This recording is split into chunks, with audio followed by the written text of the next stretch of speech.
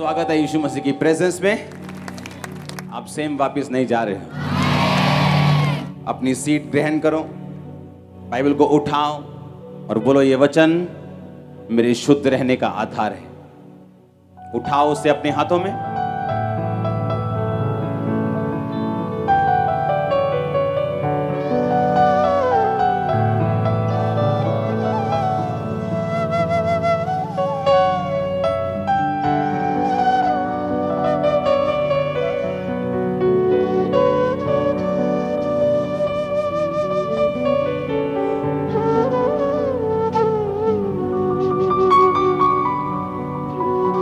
होंठों को खोलो कि परमेश्वर तेरा वचन आज मुझे समझ आए।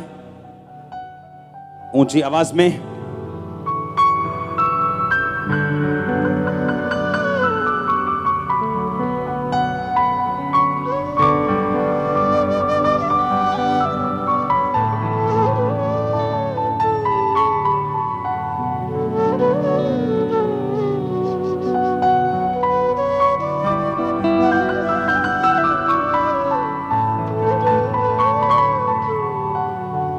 अपने हाथों को उठा के पवित्र आत्मा से मदद मांगो। खुदावंद तेरे वचन पर मनन करने के लिए मेरी मदद और सहायता कर। होंठों को खोल के ऊंची आवाज में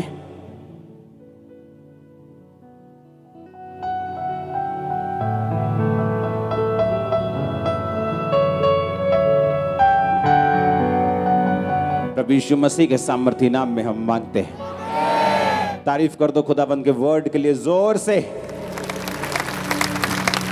हालेलुया।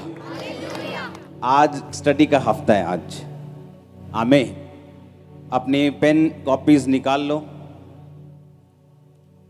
अगले कुछ हफ्ते हम बाइबल स्टडी करेंगे और मेरा ये बिलीव है कि जब हम ये बाइबल स्टडी करेंगे, अगर आपने पूरा ध्यान दिया, ये वर्ड आपको कभी भी सेम नहीं रहने देगा। जो भी आपके साथ जुड़ा हुआ है, जो भी घराना, जो भी बिजनेस, जो फाइनेंस, जो लाइफ, आप सेम नहीं रहने वाले। आमीन। दूसरा शमूएल 7 उसकी 1 से लेकर 9 आयत हम पढ़ेंगे। दूसरा शमूएल 8 उसकी 1 से 13। दूसरा शमूएल 11 उसकी 1 से 3। और उसके बाद भी मैं आपको बाइबल के अलग अलग वचनों में आपको लेके जाऊंगा। उसके लिए मेरे पास बाइबल होना और आपके पास बाइबल होना जरूरी है। दूसरा शमूएल 7 उसकी 1 से 9 आयत को मैं पढ़ूंगा। आप अपनी स्क्रीन पे पढ़ेंगे, अगर बाइबल है तो अपने पास पढ़ेंगे। जब राजा अपने भवन में रहता था तो यहोवा ने उसको चारों ओर के सब शत्रुओं से विश्राम दिया था। और तब राजा नातान नामक भविष्यद्वक्ता से कहने लगा, देख, मैं तो देवदारू के बने हुए घर में रहता हूं, परंतु परमेश्वर का वचन, उसका संदूक तंबू में रहता है। नातान ने राजा से कहा, जो कुछ तेरे मन में हो उसे कर, क्योंकि यहोवा तेरे संग है। उसी रात को यहोवा का ये वचन नातान के पास पहुंचा, जाकर मेरे दास दाऊद से कहे, यहोवा ये कहता है कि क्या तू मेरे लिए निवास घर बनाएगा? क्या मेरे लिए तू मेरे निवास के लिए घर भी बनाएगा? जिस दिन मैं इजराइलियों को मिस्र से निकाल लाया, उस दिन से आज के दिन तक मैं कभी घर में नहीं रहा। तंबू के निवास में आया जाया करता हूं। जहां जहां मैं समस्त इजराइलियों के बीच फिरता रहा, क्या मैंने कहीं इजराइल के किसी गोत्र से, जिससे मैंने अपनी प्रजा इजराइल की चरवाही करने को ठहराया है, ऐसी बात कभी कही कि तुमने मेरे लिए देवदारू का घर क्यों नहीं बनवाया? इसलिए अब तू मेरे दास दाऊद से ऐसा कह, सेनाओं का यहोवा यो कहता है कि मैंने तुझे भेड़शाला से और भेड़ बकरियों के पीछे पीछे फिरने से और इस मनसा से बुला लिया कि तू मेरी प्रजा इजराइल का प्रधान हो जाए। और जहाँ जहाँ कहीं तू आया गया, वहाँ मैं तेरे संग रहा और तेरे समस्त शत्रुओं का तेरे सामने से नाश किया। फिर मैंने तेरे नाम को पृथ्वी पर के बड़े बड़े लोगों के नाम के समान मैं महान कर दूंगा। सब बोलो आमीन। अगला वचन मैं पढ़ूंगा, दूसरा शमूएल 8 उसकी 1 से 13 आयत। इसके बाद दाऊद ने पलिश्तियों को जीतकर अपने अधीन कर लिया और दाऊद ने पलिश्तियों की राजधानी की प्रभुता उनके हाथ से छीन ली। फिर उसने मोआबियों को भी जीता और उनको भूमि पर लिटाकर डोरी से मापा और 2 डोरी के लोगों को घात किया और डोरी भर के लोगों को जीवित छोड़ दिया। तब मोआबी दाऊद के अधीन होकर भेंट ले आने लगे। फिर जब सोबा का राजा रहोब का पुत्र हददेजर महानद के पास अपना राज्य ज्यों का त्यों करने जा रहा था, तब दाऊद ने उसको जीत लिया। अब आप इसको घर जाके पूरा पढ़ेंगे और मैं पढ़ूंगा 13 आयत को। जब दाऊद लोन वाली तराई में 18,000 अरामियों को मार कर लौट आया, तब उसका नाम बड़ा हो गया। सब बोलो आमीन।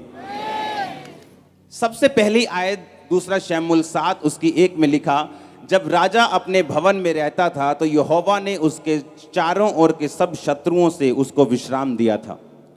एक बात आपने हमेशा याद रखनी है, आज भी इंडिया अंग्रेजों के अधीन होता अगर वॉर ना होती, अगर लड़ाई ना होती, आज़ादी की जंग ना होती। हाँ या ना? हर एक पीस के पीछे, हर एक शांति के पीछे एक जंग है। अपने पड़ोसी से बोलो, बोलो हर एक पीस के, हर एक शांति के पीछे एक बड़ी जंग है। आमीन। अब यहाँ पे जब दाऊद को परमेश्वर ने विश्राम दिया तो बाइबल कहती है, आपको 2 तरीके से इसको समझना है। बाइबल कहती है कि परमेश्वर ने उसको चारों ओर के शत्रुओं से विश्राम दिया। विश्राम कैसे दिया? बाइबल कहती है हर बार उसको विश्राम से पहले उसको एक लड़ाई लड़नी पड़ती थी, उसको एक फाइट लड़नी पड़ती थी। और परमेश्वर का जब इसमें 2 चीजें सीखने वाली। बाइबल कहती है कि उसने कहा कि अब मैं विश्राम में हूं, अब मैं परमेश्वर का भवन बनाऊंगा। एक बात आपको हमेशा याद रखनी है, जब तक एक विश्वासी आराम में और विश्राम में नहीं जाता, वो उतना परमेश्वर का काम नहीं कर सकता जितना एक आराम वाला और परमेश्वर में विश्राम वाला व्यक्ति कर सकता है।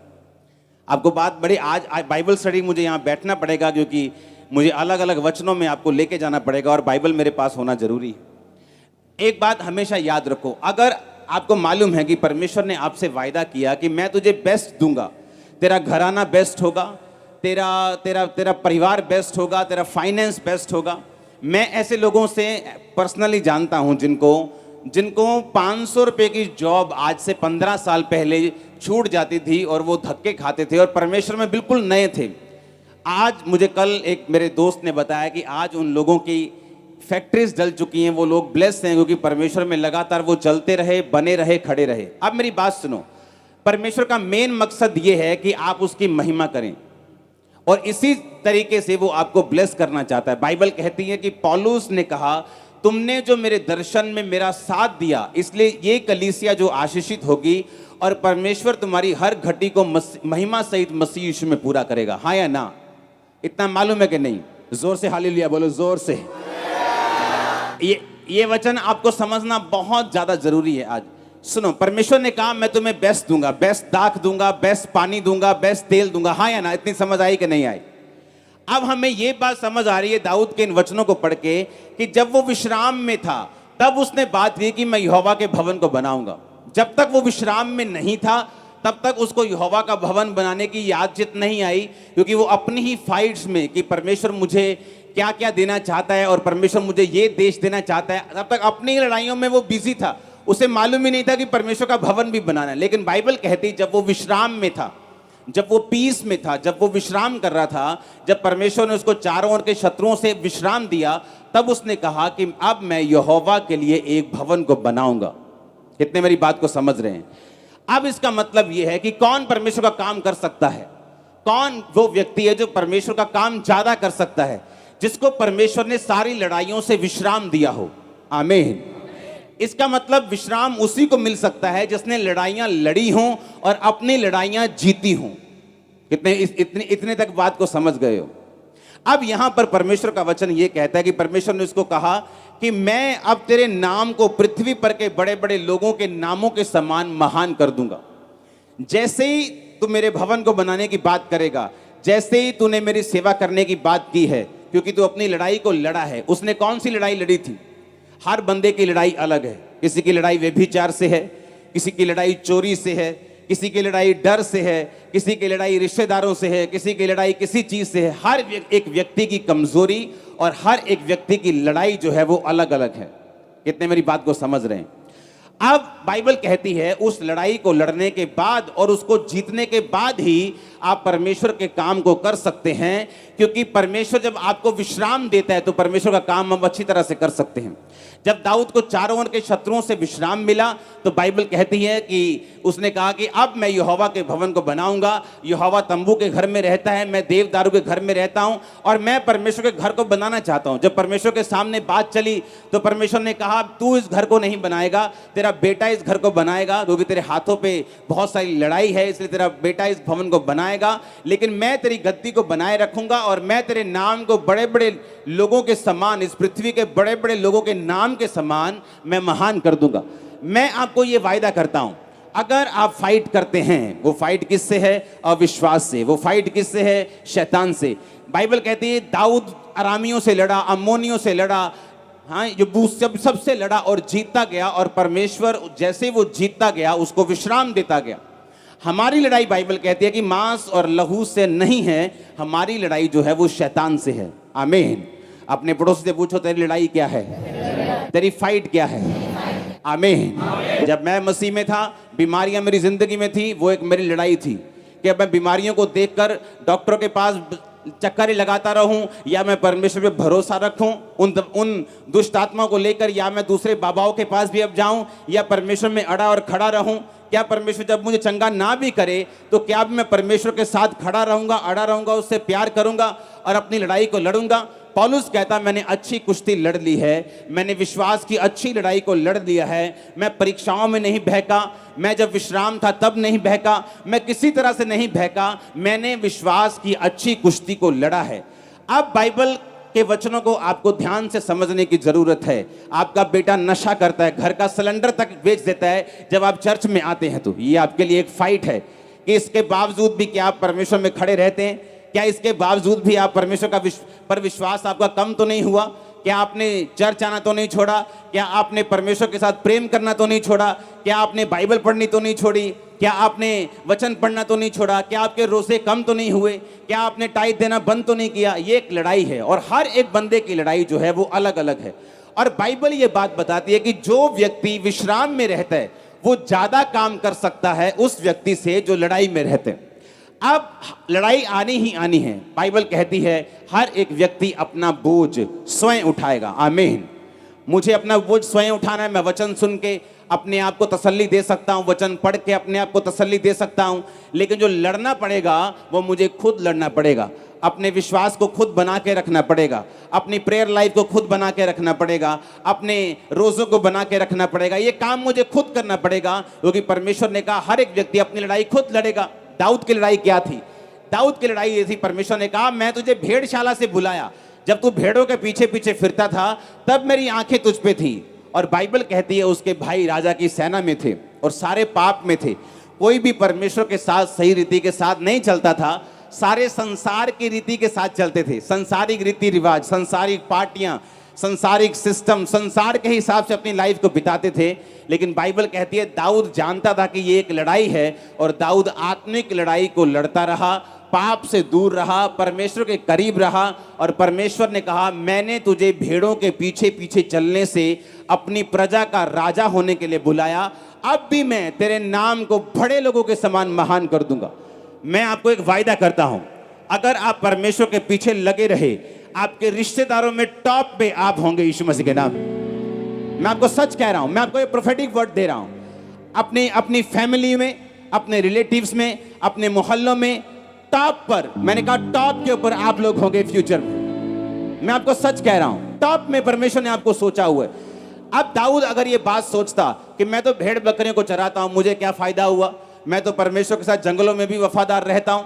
आपकी लाइफ में भी जंगल का एक्सपीरियंस आ सकता है। जब आप अकेले हो जाते हैं परमेश्वर में, लोग आपको पूछते नहीं, रिश्तेदार नहीं पूछते, शैतान आपको तंग करता है, बीमारियां तंग करती हैं, परीक्षाएं तंग करती। बाइबल कहती है दाऊद उन दिनों में भी परमेश्वर के साथ वफादार रहा, क्योंकि हर एक लड़ाई के बाद एक शांति आपकी लाइफ में जरूर आती है। और जब वो शांति आती है आप उतना ही परमेश्वर का कार्य कर सकते हैं। बाइबल कहती है दाऊद के राज्य से भी ज्यादा जो राज्य था वो सुलेमान का बढ़ा। और अगर आप बाइबल को ध्यान से पढ़ें तो सुलेमान ने अपने पिता के आधी लड़ाइयां भी चौथा हिस्सा भी लड़ाइयां नहीं लड़ी थी, क्योंकि सारी लड़ाइयां दाऊद लड़ गया था। उसने विश्राम में प्रवेश किया और कुछ लड़ाइयां लड़ी और उसके बाद वो परमेश्वर का जितना काम वो कर सका उतना दाऊद नहीं कर सका। जितना भवन उसने बनाया वो दाऊद नहीं बना सका। और अब परमेश्वर आपको विश्राम देना चाहता है। बाइबल कहती है कि उसने आपको विश्राम में प्रवेश करने के लिए बोला है। एक विश्राम स्वर्ग वाला है, एक विश्राम नीचे वाला है। मैं आपको धरती के विश्राम की बात कर रहा हूं, स्वर्ग के विश्राम की बात कर रहा हूं। अब परमेश्वर ये चाहता है, उसने कहा कि मैं तेरे नाम को पृथ्वी पर के बड़े नामों के समान कर दूंगा। आपका नाम बहुत ऊंचा होने वाला, ये परमेश्वर ने मुझसे कहा है। मैं आपको सच कह रहा हूं। अगर आपने अगर आपने आज की बाइबल स्टडी को, ये लगातार चलेगी बड़ी मीटिंग तक, जब तक आगे अगस्त की बड़ी मीटिंग आ रही, बड़ी मीटिंग तक ये लगातार बाइबल स्टडी चलेगी। अपने कॉपी, अपने पेन अपने साथ लेके आओ, क्योंकि आप सेम नहीं रहने वाले अगर आप इस वचन को समझ गए तो। अब अगर आप सेम 8 बाब की जो हमने आयत 13 को पढ़ा है, जब बाइबल कहती है कि दाऊद फलिश्तियों के साथ लड़ा, बाइबल कहती है उसके बाद दाऊद अरामी, हद्देदेजर, ये वो उन सब लोगों के साथ लड़ा, तो 13 आयत में लिखा कि दाऊद लोन वाली तराई में 18,000 अरामियों को मार कर आया, तब उसका नाम बड़ा हो गया। सब बोलो आमीन। परमेश्वर ने उससे कहा था कि मैं तेरे नाम को बड़ा करूंगा, मैं तेरे नाम को महान करूंगा। और बाइबल कहती है जैसे जैसे वो लड़ता गया और वैसे वैसे उसका नाम जो था वो ग्रेट होता गया। जब भी आप परमेश्वर को देखेंगे बाइबल में कि उसने वायदा किया, उसके बाद उसने कहा अब तुम्हें लड़ना होगा, लड़ाई के बाद मैं तुम्हें विश्राम दूंगा, विश्राम के बाद तुम मेरा काम करोगे, मेरा काम करने के बाद तुम्हें आशीष मिलेगी, तुम्हारा नाम और महान होगा। कितने मेरी बात को समझ रहे हैं?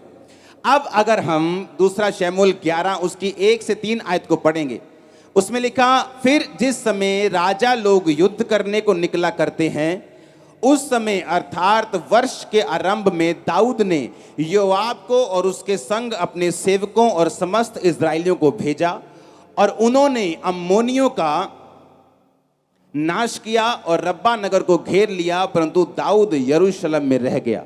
सांझ के समय दाऊद पलंग पर से उठकर राजभवन की छत पर टहल रहा था और छत पर उसको एक स्त्री जो अति सुंदर थी नहाती हुई दिखाई पड़ी। तब दाऊद ने भेजकर उस स्त्री को पूछवाया और किसी ने कहा, क्या ये एलियाम की बेटी और हित्ती उरिया की पत्नी बैतशेबा नहीं है? अब बाइबल कहती है जिस समय राजा लोग युद्ध करने को जाते थे, जिस समय फाइट करने का टाइम था, बाइबल कहती है दाऊद भवन में रह गया, लड़ाई करने के लिए नहीं गया, अपने सेवकों को भेज दिया, उनके सेवकों ने अम्मोनियों का नाश किया।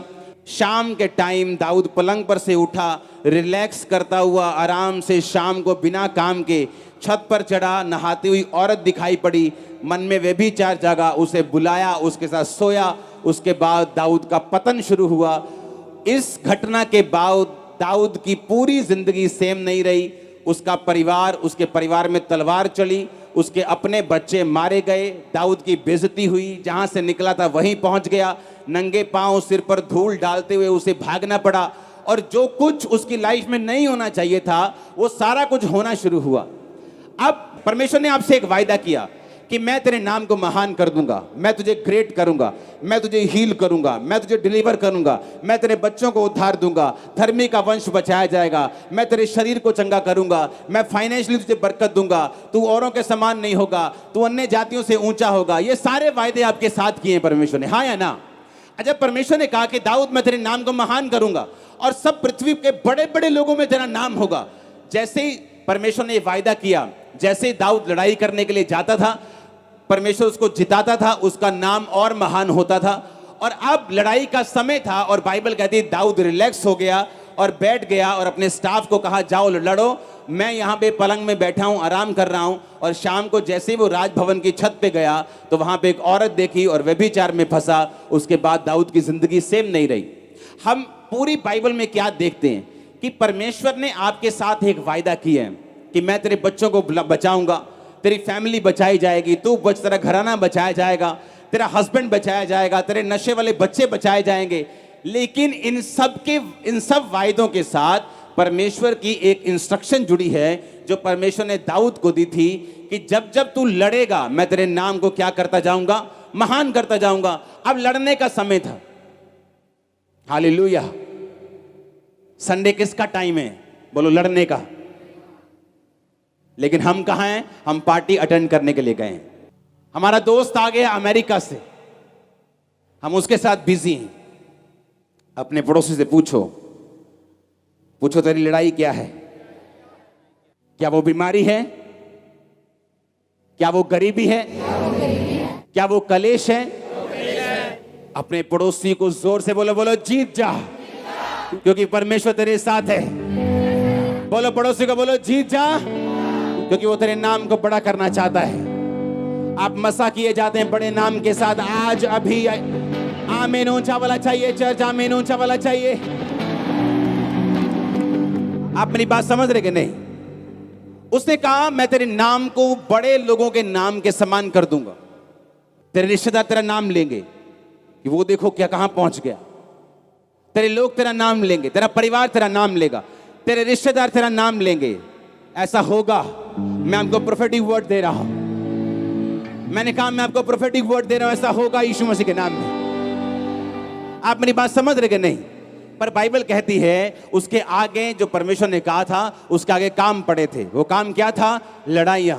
और हमारी लड़ाई अब अरामियों के साथ नहीं, हमारी लड़ाई यबूसियों के साथ नहीं, हमारी लड़ाई कनानियों के साथ नहीं, हमारी लड़ाई किसके साथ है? शैतान के साथ।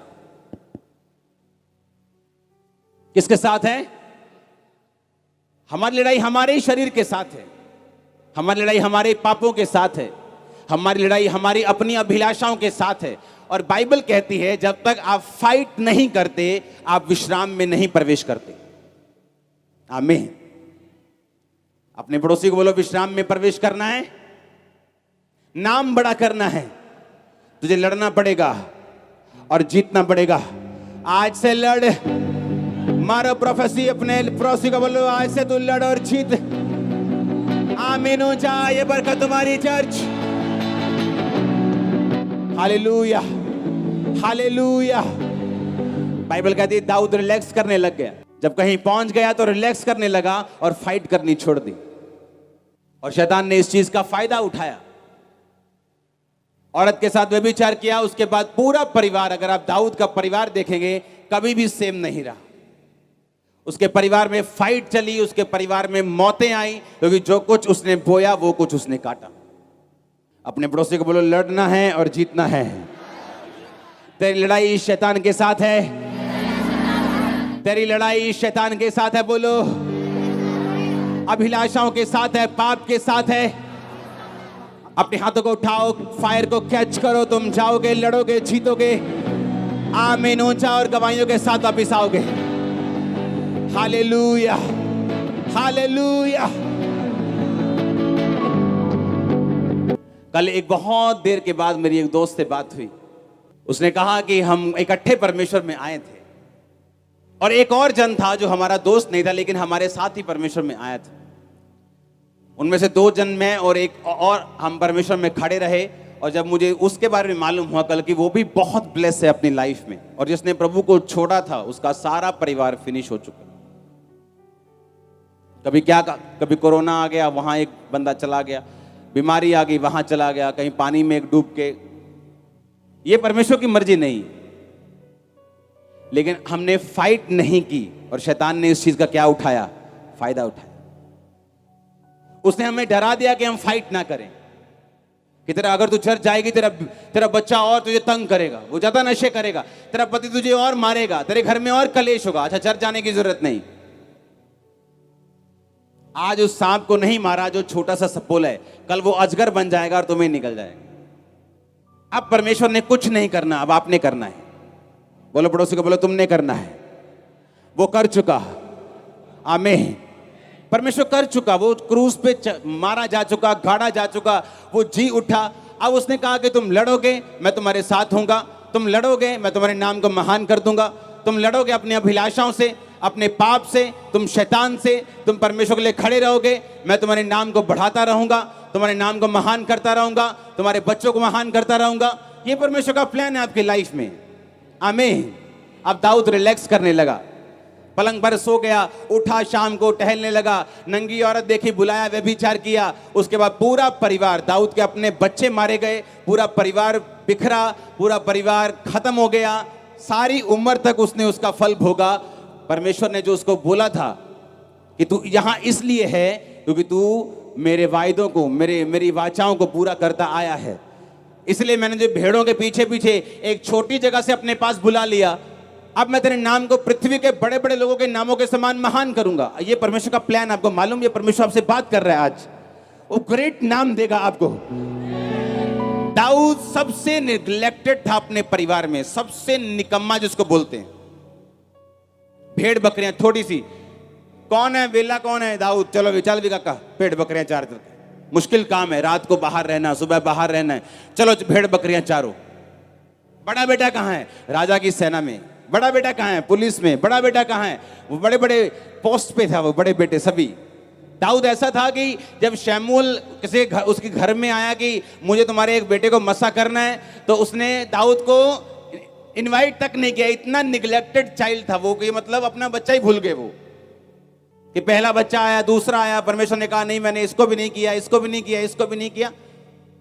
पुराने टाइम में जब नबी लोग किसी के घर जाते थे तो उन्हें टांगे कांपती थी। नबी लोग घर आए, उनको मालूम नहीं या तो हमें ये डुबो के जाएगा या पूरा आसमान पे चढ़ा के जाएगा, पता नहीं अब ये क्या करने आया है। या तो परमेश्वर की सजा बोल के जाएगा या परमेश्वर का बड़ा प्लान बोल के जाएगा। लोग डरते थे नबियों से कि कुछ ना कुछ ये परमेश्वर का वचन लेके आया। तो उसने कहा कि परमेश्वर तेरे घर में एक राजा बनाना चाहते हैं। पहला बच्चा आया, रिजेक्ट, दूसरा आया, रिजेक्ट, सभी रिजेक्ट। और दाऊद इतना छोटा और निग्लेक्टेड और रिजेक्टेड था कि उसको भूल गए थे। उसने कहा हाँ एक रह गया, जंगलों में रह गया, भेड़ बकरी को चराता होगा, हम उसे बुलाते हैं, उसे देख लो। और जब वो आया, परमेश्वर ने कहा यही है, इसी को मसा करना है, यही है। हालेलुया। आपको लगता है कि मैं कैसे मेरा नाम कैसे महान हो सकता है? अब मैं 5,000 की जॉब करता हूं, मेरा नाम कैसे महान हो सकता है? मैं तो किसी के घर में काम करती हूं। यही तो परमेश्वर चाहता है और यही वो करके दिखाएगा। मैं आपको प्रोफेसी करता हूं, वो करके दिखाएगा। ओ आमीन ऊंचा चाहिए, आमीन ऊंचा चाहिए चर्च। यही तो परमेश्वर है, यही तो है वो। नहीं तो फिर आप कहते हैं कि मैं बड़ा था इसलिए मैं ब्लेस हो गया, मैं इंजीनियर था मैं ब्लेस हो गया, मैं ये था मैं ब्लेस हो गया। यही तो करना चाहता है वो आपकी लाइफ में। आपको छोटे से छोटी पोजीशन से वो बुला के आपके नाम को वो बड़े से बड़े लोगों के बीच में फिट करना चाहता है। यही तो वो चाहता है आपकी लाइफ से, और ऐसा होगा आपके साथ और आपके परिवार के साथ। ये प्रोफेसी है यीशु मसीह के नाम में। आप मेरी बात समझ रहे नहीं? यही तो वो चाहता है, यही तो परमेश्वर की मर्जी है। परमेश्वर ने कहा मैं तुझे तेरे नाम को बड़े बड़े पृथ्वी के बड़े बड़े लोगों के नाम के समान महान कर दूंगा। यही वो चाहता है। आपकी बैकग्राउंड कैसी उसे कोई मतलब नहीं। आप एक रिक्शा चालक हो सकते हैं, आप एक अमीर हो सकते हैं, आप गरीब हो सकते हैं, उसे कोई मतलब नहीं। उसने कहा मैंने इजराइलियों को इसलिए चुना क्योंकि पृथ्वी में सबसे थोड़े थे वो। इजराइल की जो आज आबादी है 1 करोड़ से नीचे है, लेकिन पता नहीं कितने 60-70 करोड़ के देश उससे लड़ चुके और एक भी बार जीत नहीं सके। पंजाब से भी छोटा इजराइल, एक भी बार कोई भी देश उस पर कब्जा नहीं कर सका। परमेश्वर का वचन उसके ऊपर है। आज भी वो टेक्नोलॉजी में दुनिया का लीडर है। हाँ आज भी हथियारों में वो लीड करता है, टेक्नोलॉजी में वो लीड करता है, फोन्स बनाने में वो लीड करता है, हर चीज में इजराइल लीड करता है। एग्रीकल्चर में वो लीड करता है, अगुवाई करता है लोगों की। और परमेश्वर ने कहा मैंने इजरायली लोगों को इसलिए नहीं चुना था कि वो बहुत बड़े या समझदार थे, वो सबसे छोटे थे। मैंने उन्हें चुन लिया और आज दुनिया में एग्जाम्पल बना दिया कि कोई उन पर कब्जा नहीं कर सकता। वही परमेश्वर तो आपका परमेश्वर है। तब यहोवा परमेश्वर अन्य जातियों को पूछता भी नहीं था, लेकिन बाइबल कहती मसीह में आने के बाद अब्राहम की जो आशीष है वो अन्य जातियों तक पहुंचेगी। आज आप और मैं उसकी संतान बन सकते हैं और हैं। आमीन। अगर हम उस पर भरोसा रखें कि परमेश्वर ने आपको फालतू में नहीं चुना, उसने आपको फालतू में नहीं बनाया। उसकी आपकी लाइफ में परमेश्वर का एक मकसद है। वो चाहता है उस मकसद को आप समझें। वो चाहता है कि आप क्विट ना करें, वो चाहता है कि आप पीछे ना हटें, वो चाहता है कि आप हटे ना, वो चाहता है कि आप डरे ना। इसलिए बाइबल में कितनी बार लिखा है मत डर मैं तेरे साथ हूं। तुम्हें लड़ना होगा, आज से लड़ने की अनॉइंटिंग ग्रहण करो यीशु मसीह के नाम में अपने परिवारों समेत। आमीन। वो लड़ाई मेरी थी। रोज घर जाना, कोई परिवार वाला नहीं, परिवार के साथ फाइट। काम कब करेगा, काम कब करेगा, काम कब करेगा, काम कब करेगा। चर्च जाना बंद कर, चर्च जा। 2 ही चीजें थी बस, काम करेगा और चर्च जाना कब बंद करेगा। ये मेरी घर में लड़ाई थी, पर्सनल लड़ाई थी। बीमारियां मेरी लाइफ में थी, दुष्ट आत्माओं के अटैक होते थे। अगर बाहर जाओ तो क्रिश्चियन भी कई विरोध करते थे, सब तरह लड़ाई झगड़े थे, लेकिन आज कितनी शांति है। अगर मैं उस लड़ाई को ना लड़ा होता, मेरे एक जानकार को उसकी फैमिली वापस ले गई। मसीह में गया तो दुकान नहीं देंगे, मकान नहीं देंगे, और जो उन्हें वापस लेके गए दोनों मर गए। मैं आपको क्या बोलता हूं, जिन लोगों से शैतान आपको नफरत करवा रहा है, वही लोगों को परमेश्वर आपके जरिए ब्लेस करना चाहता है। मालूम, पता है कि नहीं? शायद आपको ना बताओ। जो लोग आपका विरोध कर रहे हैं, उन्हीं लोगों को परमेश्वर आपके जरिए ब्लेस करना चाहते हैं। पता है कि नहीं? 2009 में 50 लोग आते थे चर्च में, बस समझ लो कि ये 2 लाइनें चर्च थी। हाँ,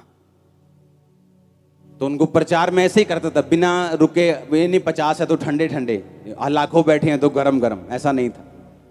इसी जोश से होता था। उनको प्रचार कर रहा था मैं, और शाम को मेरे गोडाउन पे जो लाखों का सामान था, सैनिटरी का, टाइल्स का, लोगों ने आग लगा दी। अगले दिन आए चर्च वाले 50-60 लोग, बम मारा हुआ है जी, बम मारा हुआ है पास, तो बीबियां कर दिया। मैंने कहा तुम वचन पढ़ते हो क्या? उसने कहा हाँ। मैं क्या लिखा वचन में? लिखा कि सब बातें मिलकर भलाई को पैदा करती हैं, जो मसीह यीशु से प्रेम करते। अब इसमें भी भलाई क्या हो सकती है? वो शायद मेरी परीक्षा थी कि मैं क्या बोलता हूं। अभी इस सेवकाई जस्ट स्टार्ट हुई है और आग लग गई, और फायर ब्रिगेड को फोन कर, दंगे हुए थे तब शहर में, कोई संत मर गया था कहीं बाहर, वियना ऑस्ट्रिया में, कोई गोली मार दी थी, और यहाँ पे लोगों ने पूरे आग लगा दी थी सब जलंधर में। तो उसमें हमारा गोडाउन भी था, और जब वो गोडाउन जला तो अब शैतान ने मुझे बोला कि अब क्या करेगा तू, अब प्रीच कर, तो यही बिजनेस की तू बड़ी गवाहियां देता है, प्रभु ने ब्लेस किया, मुझे ब्लेस किया, अब तेरा बिजनेस भी चला दिया, ले अब गवाही दे तू। अब मुझे या तो लड़ना है या पीछे हट जाना है। तब मैंने लड़ने का फैसला किया। मैंने कहा नहीं, मैं फाइट करूंगा, सब बातें मिलकर भलाई को पैदा करती है, वचन मेरा हथियार होगा, ये मेरी लड़ाई का तलवार होगी, इस तलवार से मैं लड़ूंगा शैतान के साथ कि सब बातें मिलकर भलाई को पैदा करती। तब क्या हुआ, वो चर्च जो 50 से शुरू हुई थी, उसी साल 500 से ज्यादा क्रॉस कर गई थी। वो जो अप्रैल में स्टार्ट हुई थी, क्रिसमस 500 लोगों में थे हम, और ऑलमोस्ट जलंधर के सब पास्टर से मैं क्रॉस कर गया था सिर्फ उसी साल में, और खड़ा रहा और अड़ा रहा। और जिन लोगों ने मेरा गोडाउन जलाया, वो लोग मुझे मालूम थे। अब मैं केस कर सकता था उन पे, उनको फंसाता, लेकिन जिस जाति ने मेरा गोडाउन जलाया 2009 में, शायद 9-8 में, और मैंने उनको कुछ नहीं कहा और माफ कर दिया, उसी जाति से परमेश्वर ने मेरी वाइफ मुझे दी है। तो जिस जाति ने शैतान ने जिसको यूज किया मेरा नुकसान करने के लिए, जब मैं प्रभु में खड़ा रहा, मेरी लाइफ की बिगेस्ट ब्लेसिंग भी उसी से आई है। क्या बोलता हूं मैं? फाइट करो। आप समझ रहे कि नहीं? आप समझ रहे कि नहीं? शैतान दिखाना चाहते हैं कि जो प्रभु कर रहा है वो सही नहीं, जो परमेश्वर कर रहा है वो सेंसलेस है, जो परमेश्वर कर रहा है वो सही नहीं। आपकी लाइफ में ऐसा टाइम आएगा जब साइलेंट टाइम होगा, आपको लगेगा कि कहां काम हो रहा है परमेश्वर का। मैं इतनी प्रेयर कर रहा हूं, मैं टाइट दे रहा हूं, मैं प्रार्थना कर रहा हूं, बाइबल पढ़ रहा हूं, मेरे बच्चे को चर्च लेके जाता हूं, कहां काम हो रहा है? ये मेरी लाइफ में हो चुका है 8 साल, 9 साल, 10 साल। लेकिन साथ साथ परमेश्वर मुझे निशानियां देता, साइंस देता था, मैं तेरे साथ हूं। ब्लेसिंग्स अलग अलग तरह की मिलती थी, और मुझे मालूम था कि परमेश्वर मेरे साथ है। मुझे गिरने नहीं देता था, संभाल के रखता था। मुझे मालूम था निशानियां मिल रही हैं, परमेश्वर मेरे साथ है। बहुत सारी चीजों के साथ मुझे मालूम होता था परमेश्वर मेरे साथ है। जो मैं मांग रहा हूं शायद अभी मुझे मिल नहीं रहा, लेकिन वो मिलेगा एक दिन। मैं फाइट करता रहूंगा, लड़ता रहूंगा। मसीह में की गई मेहनत कभी व्यर्थ नहीं जाती। आमीन।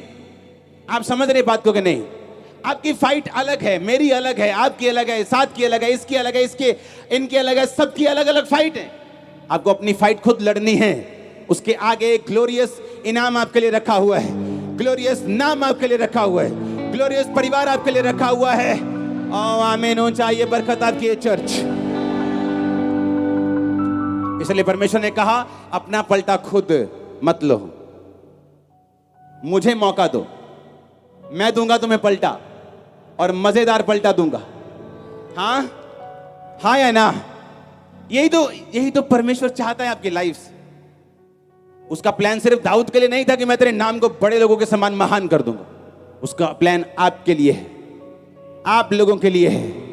मैंने कहा वो आप लोगों के लिए है, आपके बच्चों के लिए है, आपके परिवार के लिए है। आमीन हो चाहिए बरकत आपकी ये चर्च। Hallelujah, hallelujah. यही परमेश्वर चाहता है, ये उसका प्लान है आप लोगों की लाइफ के लिए। आपको उसे समझना है, उसे ग्रहण करना है, उसके अनुसार लड़ना है, उसी के अनुसार अपनी जिंदगी को बिताना है। इंसानों की शक्ल नहीं देखनी, लोग क्या कहते हैं, प्रेशर क्या कहते हैं, हवा किस ओर है, रुख किस ओर है। कुछ क्रिश्चियंस होते हैं जो हवा के रुख के हिसाब से चलते हैं। ज्यादा गैदरिंग है क्रिश्चियंस की तो क्रिश्चियंस की तरफ हो गए, ज्यादा विरोध हो गया तो दूसरों की तरफ हो गए। ऐसा नहीं करना है। आप अकेले भीड़ बन जाते हो। अगर आप परमेश्वर के साथ हो तो कुछ देर आप अकेले रहोगे, बाद में भीड़ बन जाओगे। लेकिन अगर भीड़ का साथ दोगे, एक दिन भीड़ एक एक करके मर जाएगी और आप अकेले रह जाएंगे। और आपको दुख होगा कि काश मैं परमेश्वर के साथ खड़ा रहा होता तो आज इन लोगों के साथ मैं होता, अपने परिवार के साथ होता, लव्ड वंस के साथ होता। हालेलुया। जो लोग आपका विरोध कर रहे हैं उन्हीं को परमेश्वर ब्लेस करेगा। जो परिवार, जो हस्बैंड, जो वाइफ आपका विरोध कर रही है, वही उसी को परमेश्वर ब्लेस करना चाहता है।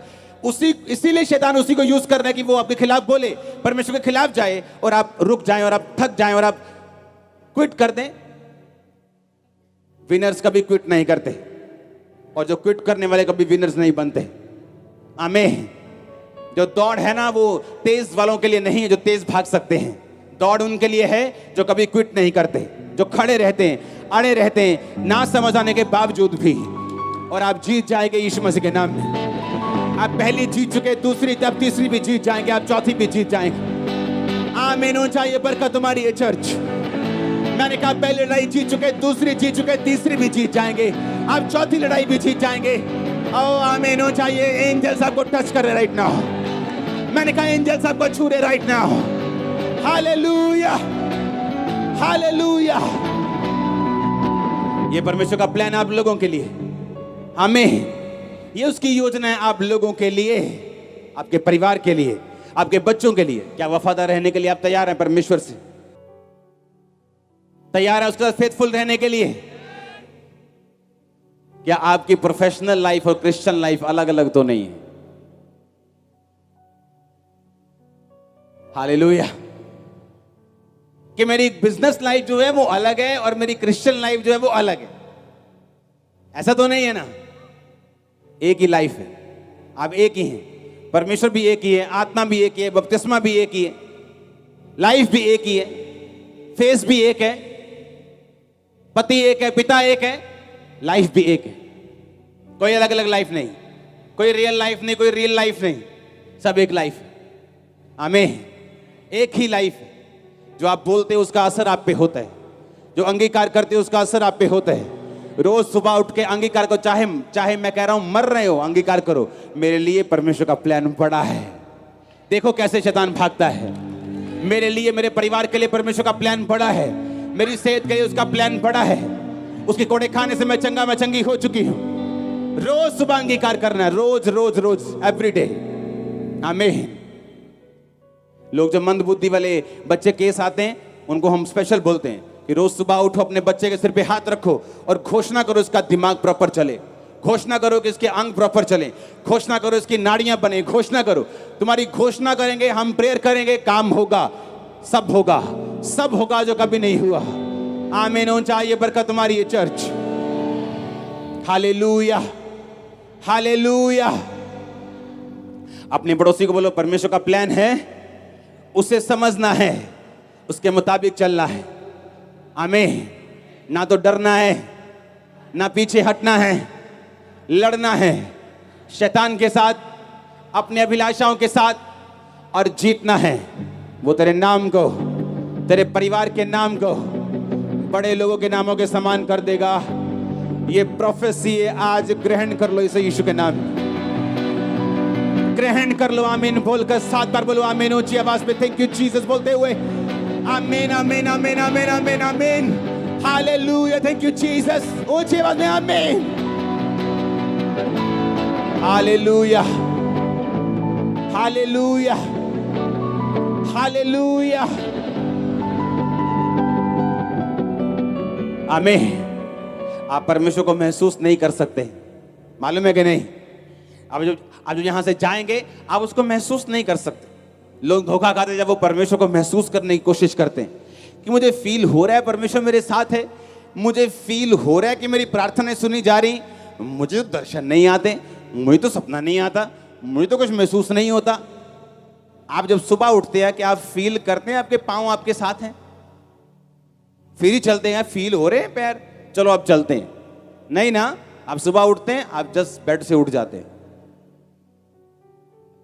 ऐसे है कि नहीं गए? आप फील तो नहीं करते मेरे हाथ मेरे साथ हैं? हर बार खाना खाने से पहले फील करते हैं हाथ साथ ही है ना, चलो अब खाना खाते हैं। परमेश्वर को आप फील नहीं कर सकते, उसकी पावर को फील कर सकते हैं। पता है कि नहीं? जब सामर्थ उतरती है, जब हम गीत गाते हैं, जब हम वर्शिप करते हैं, तब आप पावर को फील करते हैं।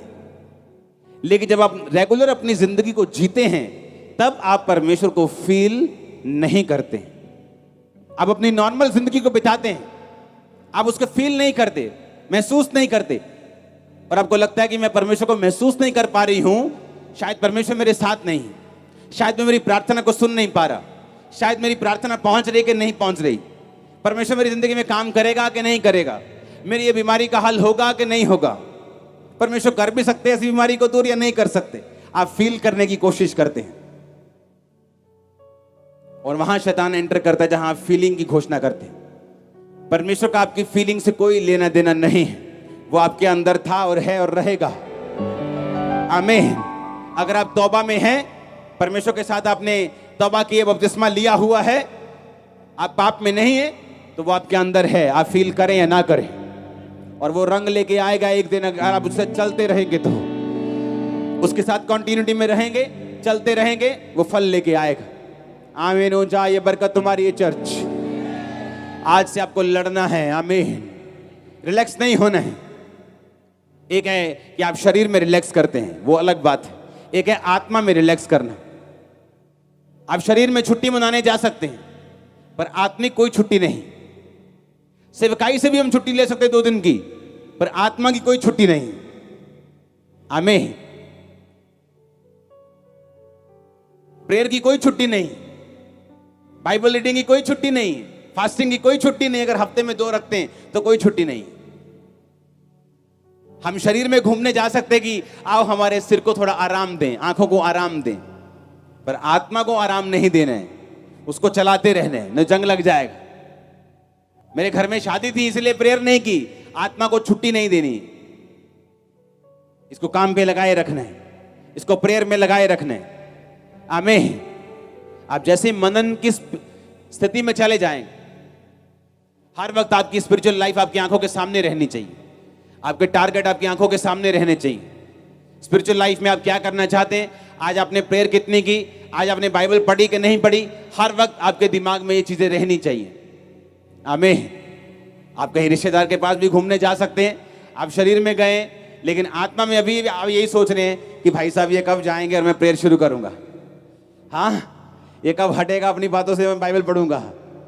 हाँ आप भी जी जी जी जी हंस रहे हैं उसके साथ, और बोले यार चल चल चुप कर यार, हाँ थोड़ी बाइबल पढ़ने दे।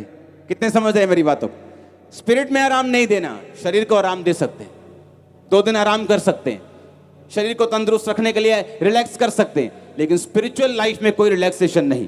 दाऊद फाइट करने में रिलैक्स हो गया, जहां उसे लड़ना चाहिए था वहां वो रिलैक्स हो गया। और जहां आप स्पिरिचुअल लाइफ में रिलैक्स करने के लिए गए, आपने प्रेयर लाइफ को कम किया, बाइबल रीडिंग को कम किया, वहीं शैतान अपने सवालों के साथ आएगा और आपको फंसा लेगा। फिर वहां से डाउनफॉल शुरू होता है लोगों का। वो दाऊद था तब भी डाउनफॉल आया। परमेश्वर शक्ल नहीं देखता, पोस्ट नहीं देखता, हैसियत नहीं देखता, आत्मिक तुम बड़े हो के छोटे हो नहीं देखता। वचन टूटेगा, डाउनफॉल आएगा, वचन पे खड़े रहेंगे, नाम बड़ा होगा, आपका नाम बड़ा होगा, ये श्योर है, मैं देख रहा हूं। मैंने कहा आपका नाम बड़ा होगा, ये श्योर है, मैं देख रहा हूं। Hallelujah, hallelujah. आप तैयार हैं क्या? आप तैयार हैं क्या? आपको अपनी लाइफ की ऐसी सिचुएशन आएगी जहां पर आपको फैसला लेना होगा कि क्या अब भी मैं परमेश्वर के साथ चलने के लिए तैयार हूं? क्या अब भी परमेश्वर के साथ खड़ा रहने के लिए, खड़ी रहने के लिए तैयार हूं? क्या इतने कलेश के बावजूद भी मैं परमेश्वर के साथ चलने के लिए तैयार हूं? क्या इतनी बीमारियों के बावजूद भी मैं परमेश्वर के साथ चलने के लिए तैयार हूं? आपको फैसला लेना होगा, ये आपकी फाइट होगी। और जब फाइट कर लेंगे, मैं आपको बता रहा हूं, जो लाइफ आपको मिलेगी, कोई संसारिक मेहनत, संसारिक पैसा, संसारिक पोस्ट उसको उसके बराबर क्या, उसके 10% तक भी नहीं पहुंच सकती जो परमेश्वर फिर आपको देगा। वो स्थिरता, वो लाइफ, वो घर जो चट्टान पे बना होगा, वो आप लोगों का होगा। ओ आमीन। अब मेरे को पेट से चाहिए, गले से भी चाहिए। Hallelujah, hallelujah. लोगों का घर देखते हैं आप, बाइबल कहती है वो रेत पे बना हूं। इसलिए जब आप उनको 2 साल बाद ही कॉल करेंगे तो उनकी जिंदगी ऐसे हो जाती जैसे कोई बड़ी सुनामी आ गई हो, सब कुछ बिखरा हुआ, इधर का उधर, उधर का पीछे, आगे का ऊपर नीचे। ये क्या हो गया तेरी लाइफ में? क्योंकि परमेश्वर नहीं। क्या करें यार, अकेले हैं, लाइफ अकेले भाग रहे हैं, इसलिए थक चुके हो। यीशु को लेको भागो साथ, देखो फिर क्या होता है।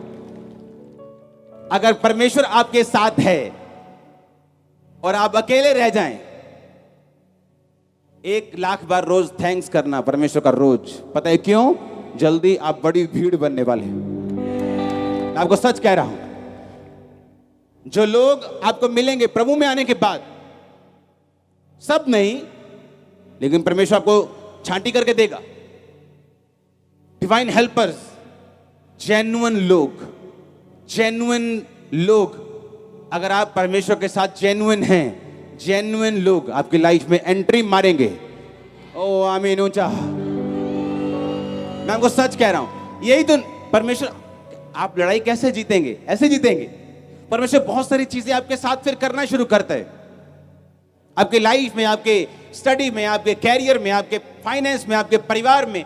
जब आप परमेश्वर फाइट करना, आप प्रभु के साथ जब उसके साथ रहकर शैतान से फाइट करना शुरू करते हैं, वो आपकी लाइफ में चेंजिंग शुरू करता है, बदलाव होने शुरू होते हैं, माहौल चेंज होना शुरू होता है।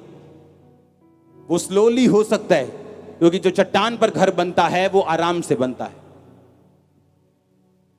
जब मैंने प्रभु को नहीं छोड़ा और मेरे कुछ मित्रों ने प्रभु को छोड़ दिया, फिर उनको दुकान मिल गई, फिर उनकी शादी हो गई, ऐसे लग रहा था कि ये ज्यादा अच्छे हैं, हम ऐसे ही घूम रहे हैं, अभी भी लड़ाइयाँ कर रहे हैं, अभी भी घर से लड़ाई, बाहर से लड़ाई, अंदर से लड़ाई, शैतान से लड़ाई, दिमाग से लड़ाई, फोन से लड़ाई, फेसबुक से लड़ाई, क्या सारा दिन लड़ाई। ये तो अच्छे हैं, शादी हो गई, दुकान मिल गई। लेकिन कुछ साल बीतने के बाद यीशु मसीह ने कहा, जो तू मेरे लिए छोड़ देगा मैं तुझे वो दे दूंगा, जो तुम मुझे छोड़कर ग्रहण कर लेगा वो तुझे छोड़कर चला जाएगा। एक एक वचन सत्य है परमेश्वर। आज जब उन लोगों से बात होती तो जिस चीज के लिए उन्होंने प्रभु को छोड़ दिया वो सारी चीजें खत्म हो गई, परिवार तक खत्म हो गए जवानी में। यानी कि बाप बहुत बूढ़ा था कि चला गया। ये परमेश्वर का प्लान नहीं आपको शॉर्ट लाइफ देना, लेकिन आपको लड़ना होगा, हमें फाइट करनी होगी। और आपकी फाइट अलग है। अगर आप अपनी फाइट को दूसरे की फाइट के साथ कंपेयर करेंगे, एक दूसरे के साथ अपने आप को मिलाएंगे कि उसकी लाइफ में ऐसा है, मेरी लाइफ में ऐसा क्यों नहीं, तो शैतान आपको धोखा देगा। क्योंकि हर एक व्यक्ति की लड़ाई अलग है, हर एक व्यक्ति की ब्लेसिंग अलग है, हर एक व्यक्ति की सोच अलग है, उसकी बुलाहट अलग है। वचन पे चलना है, फीलिंग पे नहीं। आज क्या फील हो रहा है कोई मतलब नहीं। आज अच्छा फील हो रहा है कि प्रभु आज कुछ करेगा, फील हो रहा है, चलो चर्च चलते हैं। कल को अगर फील ना हुआ तो क्या करोगे? हमें वचन पे चलना है, जो वचन लिखा हुआ है उस पे चलना है। अपनी फीलिंग को नहीं देखना, वर्ड को देखना है। शैतान आपको कभी धोखा नहीं देने पाएगा। आप ब्लेस हैं आज। ये वचन, ये बाइबल स्टडी कंटिन्यू में जारी रखूंगा। आप इसको नोट करेंगे। ये वर्ड्स मैं पूरे नहीं पढ़ूंगा, आप घर जाकर इन पर स्टडी करेंगे, इनको सोचेंगे, इन पर मनन करेंगे और गवाहियों के साथ वापस आएंगे। अपने हाथों को उठाओ। Thank you Jesus. ऊंची आवाज में हालेलुया हालेलुया बोलते हुए हमारे YouTube चैनल को सब्सक्राइब करें ताकि आप परमेश्वर के गहरे भेदों को जान सकें कि कैसे आप परमेश्वर में बढ़ सकते हैं, कैसे आप दुष्ट आत्मा